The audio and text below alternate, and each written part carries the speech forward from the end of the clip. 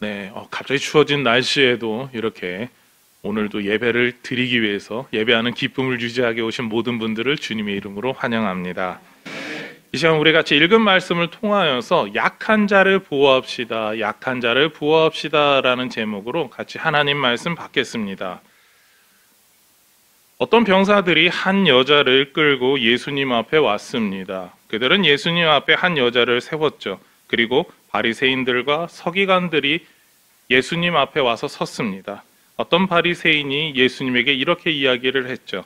라삐어, 이 여자가 간음하는 현장을 목격하고 잡았습니다. 모세가 우리에게 준 율법에서는 이러한 여자를 돌로 치라고 했습니다. 라삐는 우리가 어떻게 하기를 원하시고 어떠한 가르침을 주시겠습니까? 바리새인들과 서기관들은 예수님을 고발하기 위해서 예수님을 함정에 빠뜨리기 위해서 이러한 일을 했습니다. 왜냐하면 율법대로 한다라고 하면 그 여자를 돌로 쳐 죽여야 합니다. 바로 오늘 우리가 읽었던 말씀에 나온 내용처럼 말이죠. 그리고 율법대로 한다라고 하면은 오히려 문제가 하나 생깁니다. 그것은 로마의 법을 어기게 됩니다. 로마의 반역자가 되는 거죠. 그래서 로마의 법대로 하면 안 된다라고 이야기할 경우에는 오히려 반대로 율법을 어긴 사람이 됩니다. 이 두 가지 사이에서 예수님이 선택해야 될 그런 참 어려운 문제였습니다. 예수님께서는 이러한 그들의 의도를 알고 계셨죠. 그리고 그들에게 어떠한 말도 하지 않으시고 그 자리에서 쭈그려 앉으시고 땅에 손가락으로 글을 쓰기 시작하셨습니다. 이런 예수님의 모습을 보던 바리새인들과 서기관들은 예수님을 재촉했죠. 라삐어, 우리에게 답을 주소서, 우리에게 답을 주소서. 그러자 예수님께서 이렇게 대답하셨습니다. 너희 중에 죄 없는 자가 먼저 돌로 치라. 그리고 다시 글을 쓰셨습니다. 예수님에게 죄를 뒤집어 씌우려고 하는 이때에 예수님께서는 어떠한 글을 바닥에 쓰셨을까요? 정말 이 여자가 간음하다가 잡혀왔는데 이 간음한 여자의 목숨은 어떻게 될까요?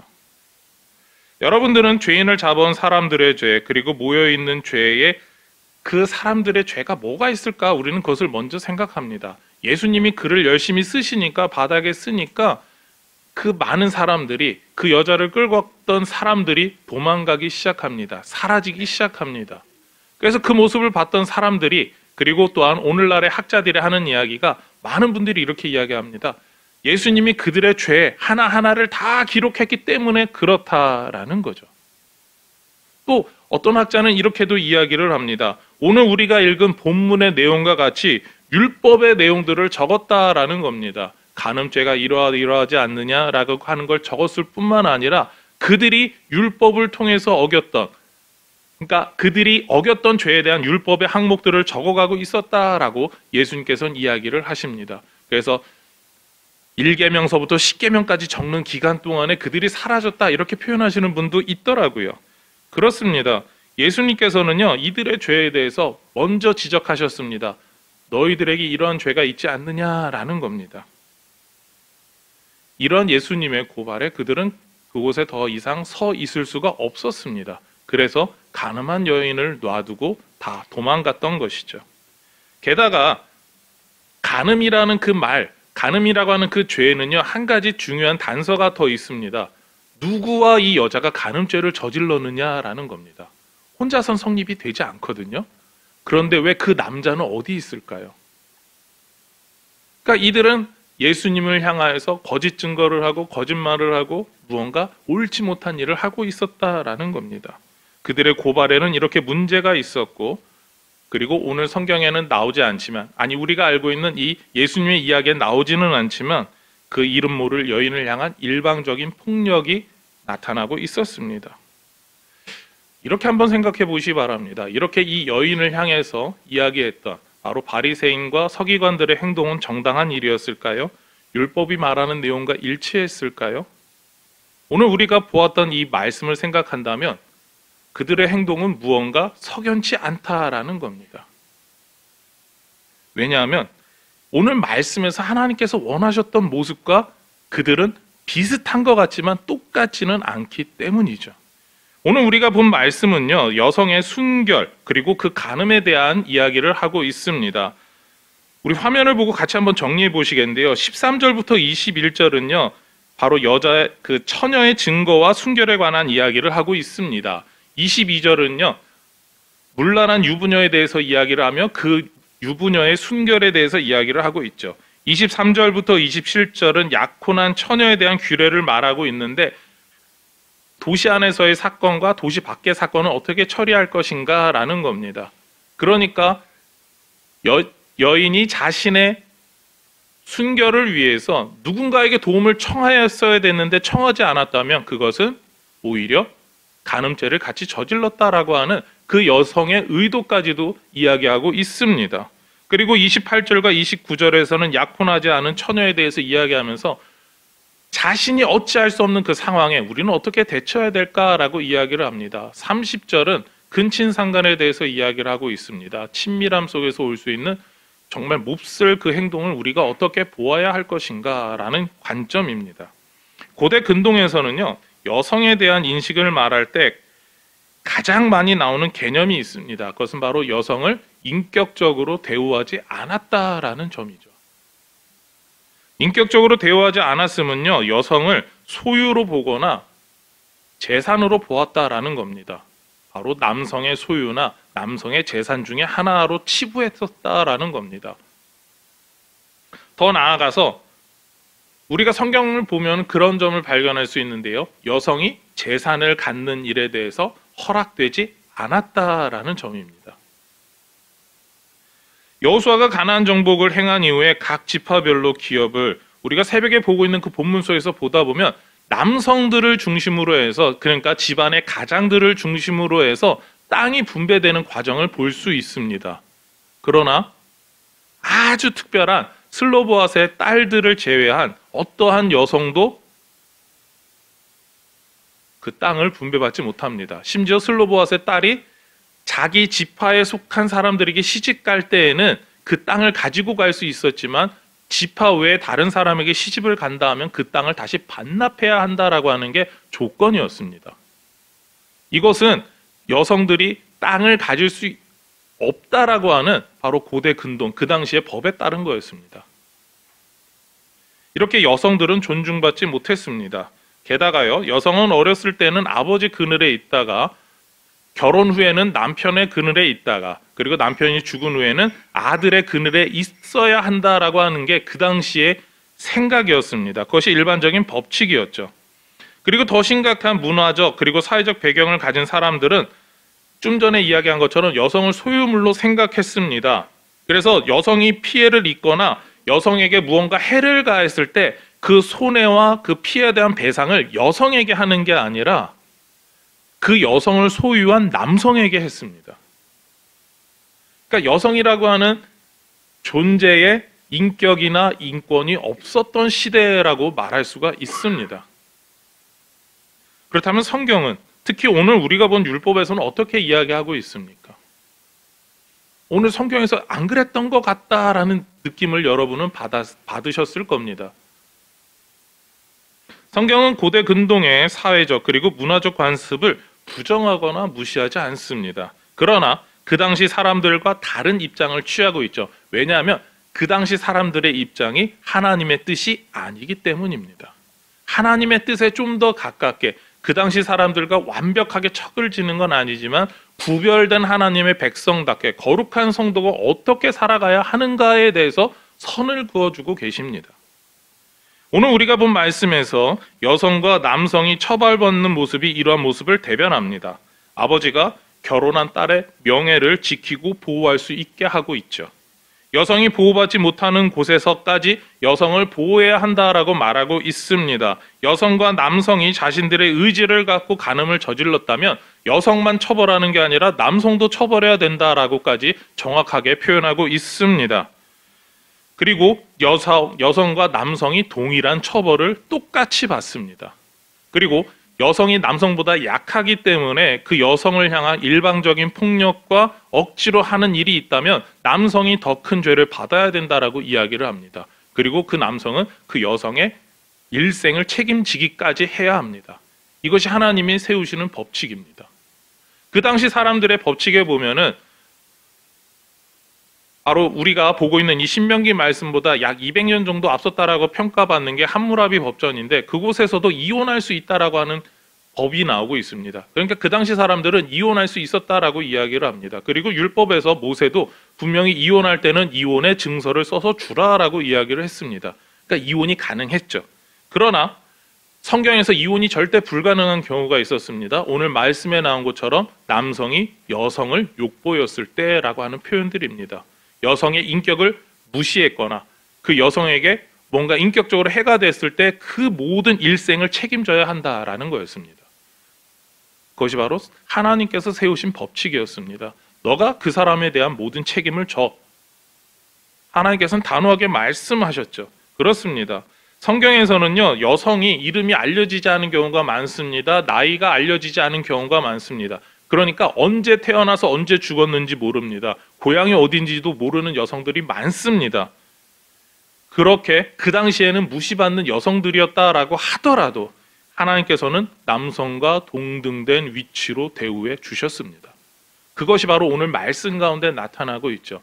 당시에 약한 사람, 사회적인 약자라고 불렸던 그 여성들이, 아니 약자라고 생각되지도 않고 누군가의 소유라고 완벽하게 무시받던 사람들을 하나님께서는 존중받고 남성과 여성이 동격이다라고까지 이야기하고 계시는 겁니다.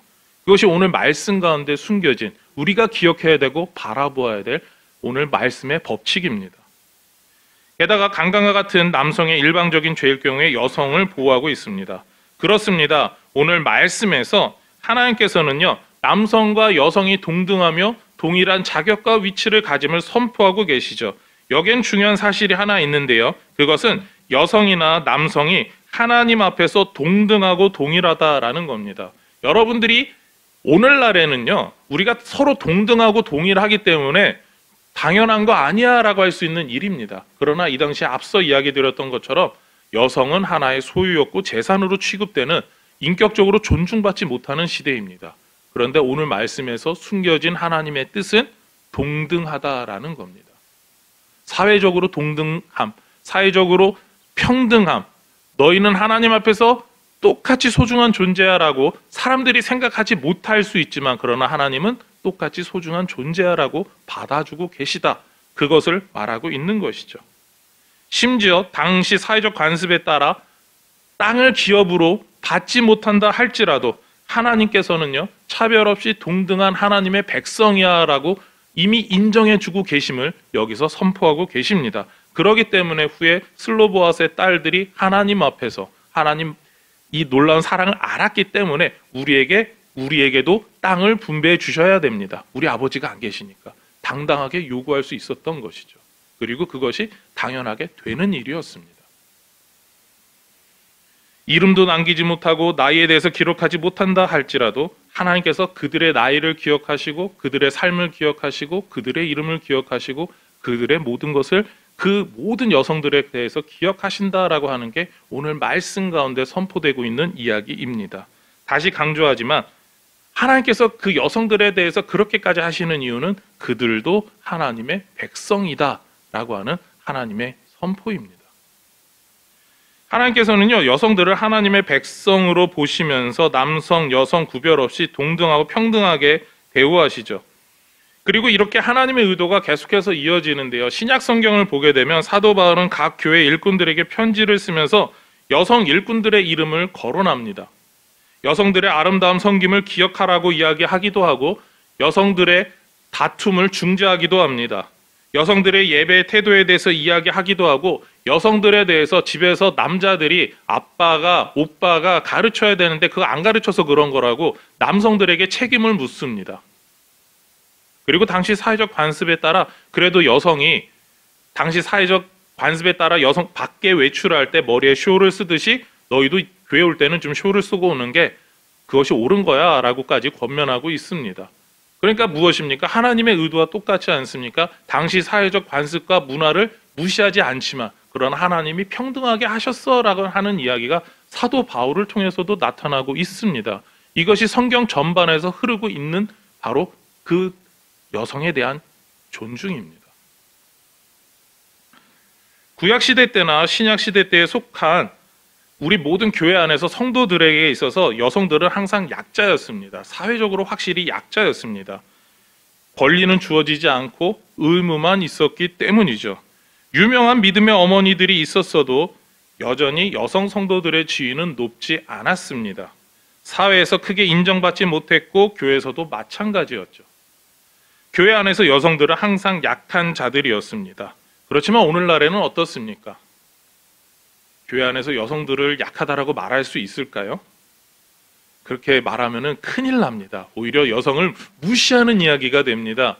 그리고 제가 있어봤던 어떤 교회에서는 권사님들이 70이 먹으신 권사님들이 그 운동회 같은 거 하면 텐트 같은 거 치지 않습니까? 남자들이 잘 못 친다고 장로님들을 밀어내시더니 허리가 굽으신 권사님 본인이 직접 치고 계셨습니다. 그런 강한 분도 계셨습니다. 또 심지어 교회에서 다툼이 났습니다. 그러면 장로님들이 서로 이게 해결이 안 돼가지고 머리 싸매고 있을 때 권사님 한 분이 들어가서 누군가의 멱살을 잡고 단숨에 끝내는 모습도 보았습니다. 그러니까 오늘날에는 여성분들이 약한 게 아닙니다. 어떻게 본다면 어떤 면에서는 남성들보다 더 강인한 면도 교회 안에서 있습니다.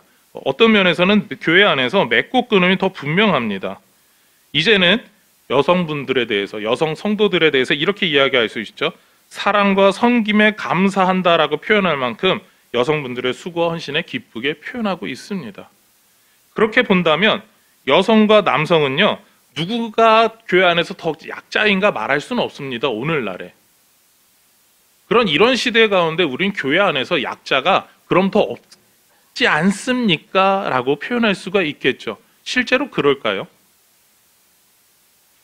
우리가 복음 안에서 산다면, 복음을 따라 산다면 교회 안에 소외되는 성도가 있어서는 안 됩니다. 약자가 있어서는 안 됩니다. 그런데 오늘날에 약자가 있습니다. 소외받고 남들에게 무시받고 존경받지 못하는 사람들이 항상 있습니다.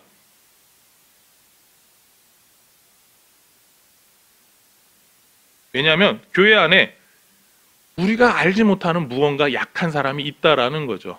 어떤 분은 그래서 좀 넓게 생각해서 아프신 분들이 약자가 아닐까라는 표현을 쓰기도 합니다. 어떤 분은 교회 안에서 좀 뭔가 말을 하고 싶은데 말하지 못하는 분들, 그리고 예배에 항상 참석하고 싶은데 예배에 참석하지 못하는 분들, 그런 분이 약자가 아닐까라고 이야기를 합니다.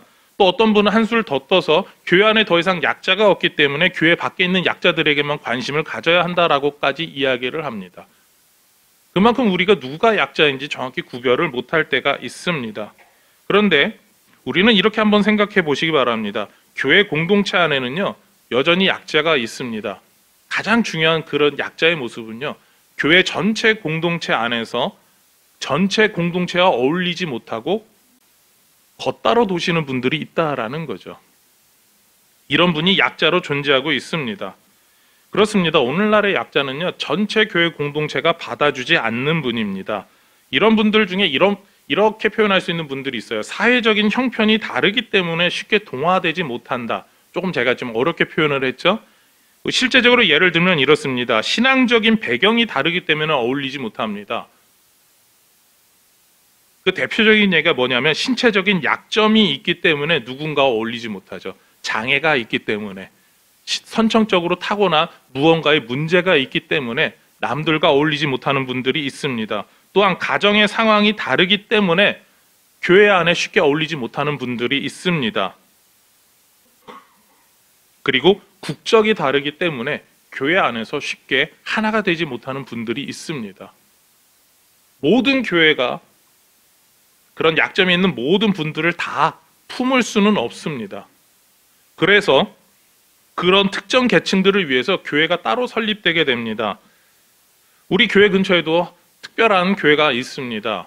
노숙인들을 위해서 노숙인들이 예배할 수 있는 처소가 있습니다. 어떤 음식점 위에 하나가 있는데 그렇게 모이는 교회가 있죠. 또 게다가 서울역 근처에도 노숙인들을 위한 교회가 있습니다.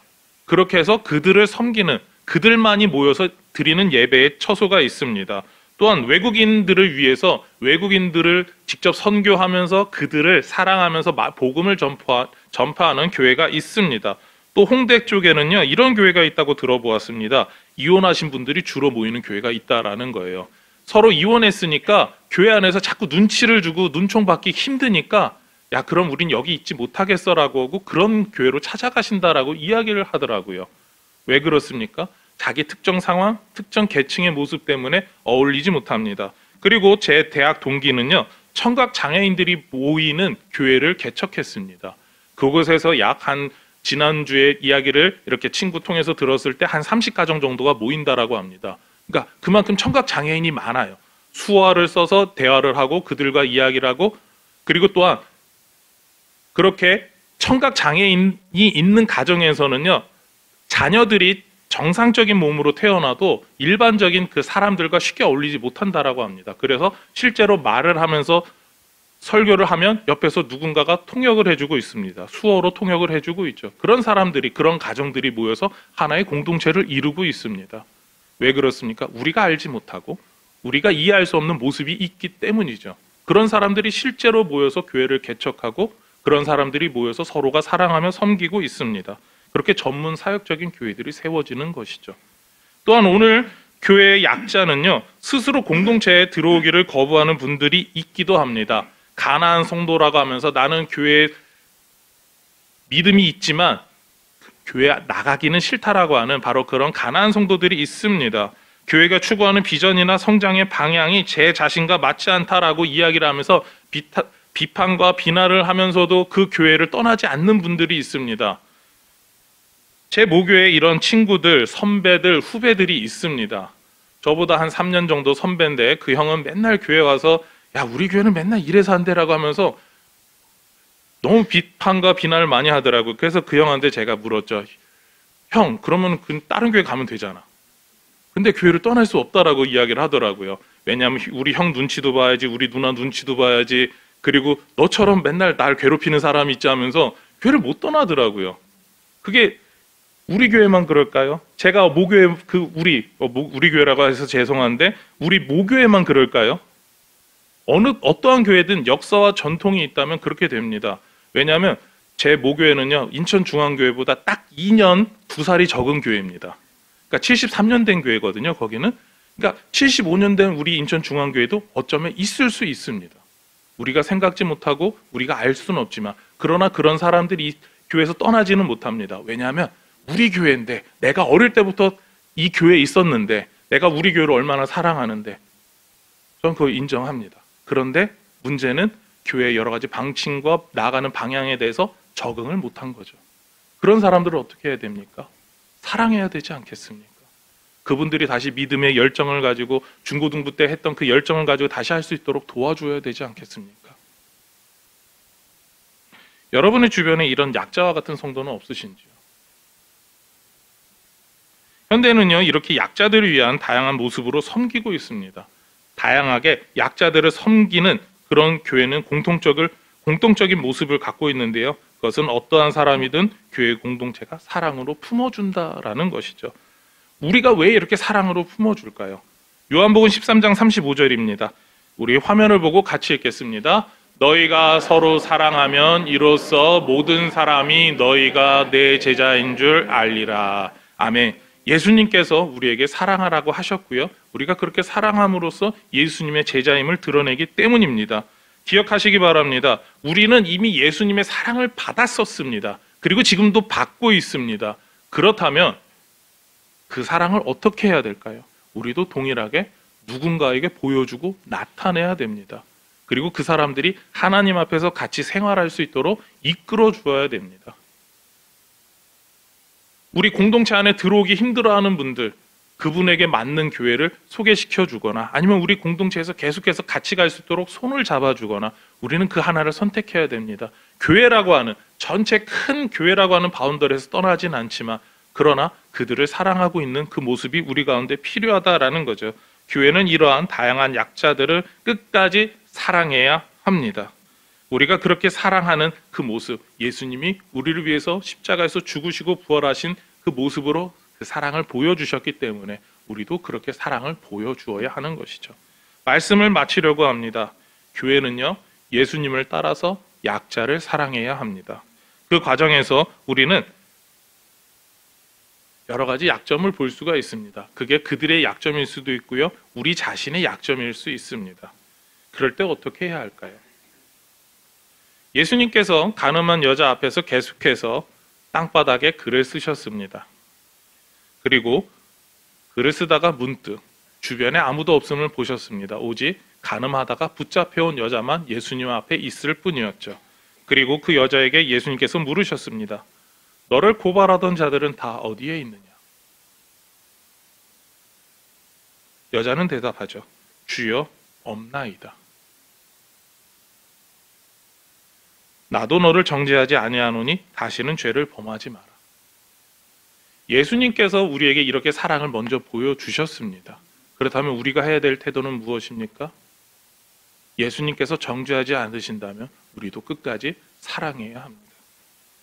약함으로 인해서 죄를 짓던 여자에게 다시는 약점으로 죄를 짓지 말고 하나님과의 관계를 다시 회복하고 성도답게 살아라 라고 했던 것처럼 우리는 그렇게 이야기할 수 있어야 됩니다.